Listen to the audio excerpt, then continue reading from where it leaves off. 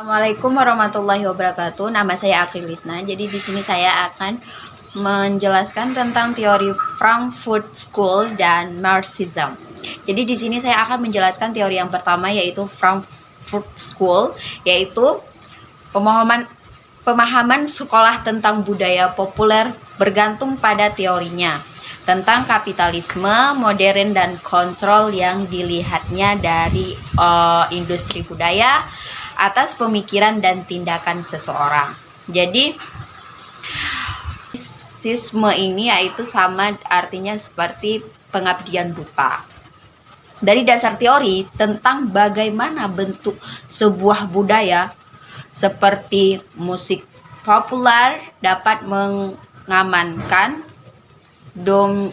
dominan ekonomi, politik, dan ideologi kapitalisme yang berkelanjutan.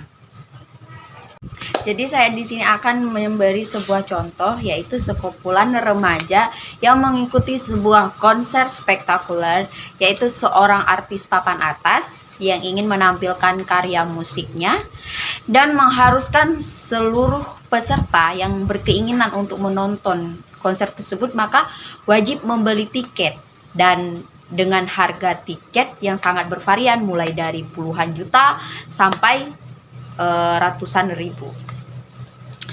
Jadi di sini itu maksud dan tujuan mereka membuat mulai dari harga yang tinggi sampai harga yang rendah itu, yang pertama, kalau harga yang tinggi itu otomatis mahal, dia bakal mendapatkan kursi seperti VIP.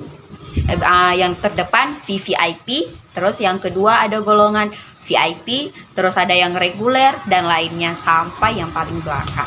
Nah, itulah maksud dari mereka untuk membuat harga tiket yang bervarian. Nah, dari sini kita dapat menganalisis dari contoh ini, kita dikatakan seperti menyembah harga yang bayarannya untuk tiket konser daripada pertunjukan itu sendiri.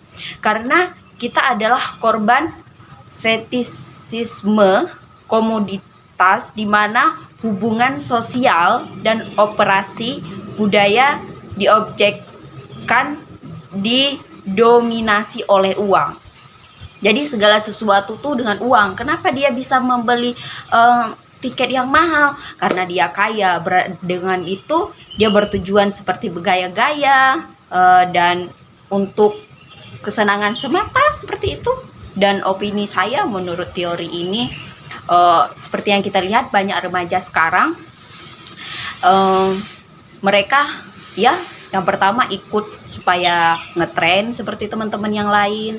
Yang kedua untuk bersenang-senang, dan itu sebenarnya nggak ada manfaatnya untuk kehidupan mereka sendiri seperti itu. Teori yang kedua ini saya akan menjelaskan, yaitu teori tentang Karl Marx. Nah, teori kelas dari Marx ini berdasarkan pemikiran bahwa semua bentuk masyarakat dari dahulu hingga sekarang itu adalah pertikaian antara golongan, dan masyarakat sendiri mempunyai perbedaan-perbedaan fundamental antar golongan yang bertikai di dalam dan mengerjakan kepentingannya masing-masing. Nah, di sini saya ingin memberi contoh itu seperti pada umumnya sekarang kan banyak mahasiswa yang kayak misalnya tuh menggabung sebuah bisnis. Nah, ada bisnis yang jenis MLM dan ada bisnis yang berbasis berbasis customer gitu ya. Nah, kalau kita lihat di sini, jika yang A ini adalah bisnis yang berbasis customer itu seperti ini. Misalnya si A ini sudah terlalu lama banget bergabung di bisnis tersebut. Tetapi si B dan si C ini lebih lama bergabung daripada si A. Dan otomatis si A ini kan banyak uang yang telah dia dapatkan dan banyak produk yang telah dia jual seperti itu ya.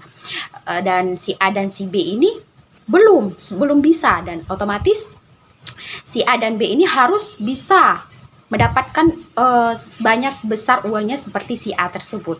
Nah, di sini tuh lebih unggulnya kalau kita bergabung di bisnis yang berbasis customer itu yang pertama, walaupun si A ini berada di atas, si B dan si C ini mampu melangkahi si A ini. Kenapa? Karena di sini tidak melihat siapa duluan dia bergabung maka dia duluan banyak uang gitu, bukan. Tapi siapa yang dia terus bekerja maka dia akan menghasilkan uang. Tapi kalau si atas ini, si A, dia tetap nggak bekerja, dia tak berada di atas, itu nggak berpengaruh, dia bakal turun penghasilan dia seperti itu, omset dia itu bakal turun.